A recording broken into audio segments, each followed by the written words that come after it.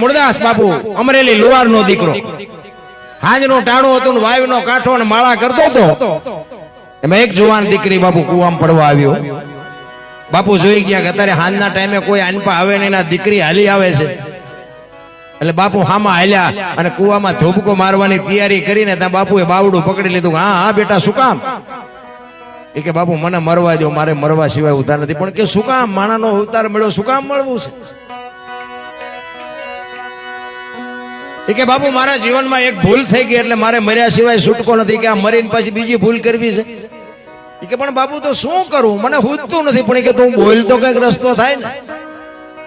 ત્યારે દીકરી કહે છે કે બાપુ મારા પેટમાં બાળક છે ને બાળકના બાપનું નામ લઈ શકું એમ નથી જો લઉં તો મને દુનિયા જીવવા દે પણ હું લઈ શકું નથી એમ એટલે મારે મર્યા સિવાય છૂટકો નથી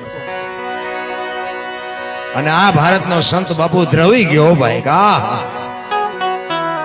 કે બેટા તારા પેટમાં બાળક છે એના બાપનું નામ લે તો તને જીવવા દે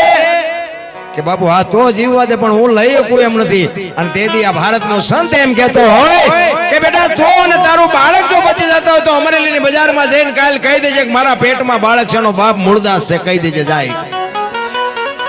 જો આ વાતો તો બાપુ છે ને આપણે 50 વખત સાંભળીને એટલે આપણને મગજમાં નથી બેહતી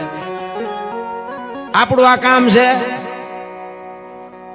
આપણું પાપ હોય તો આપણે નો બાપુ આનો ખુલાસો કરીએ કે આ કોકના પાપ માથે લેવા એટલે કેવડી મોટી વાત કહેવાય એ કે પણ બાપુ તમે આમાં જાણતા નથી ને અમરેલી તમને માર છે કે અમરેલી બેટા ભલે મને મારે પણ તું તારું બાળક જો બચી જતો હોય તો મારું નામ દઈ દેજે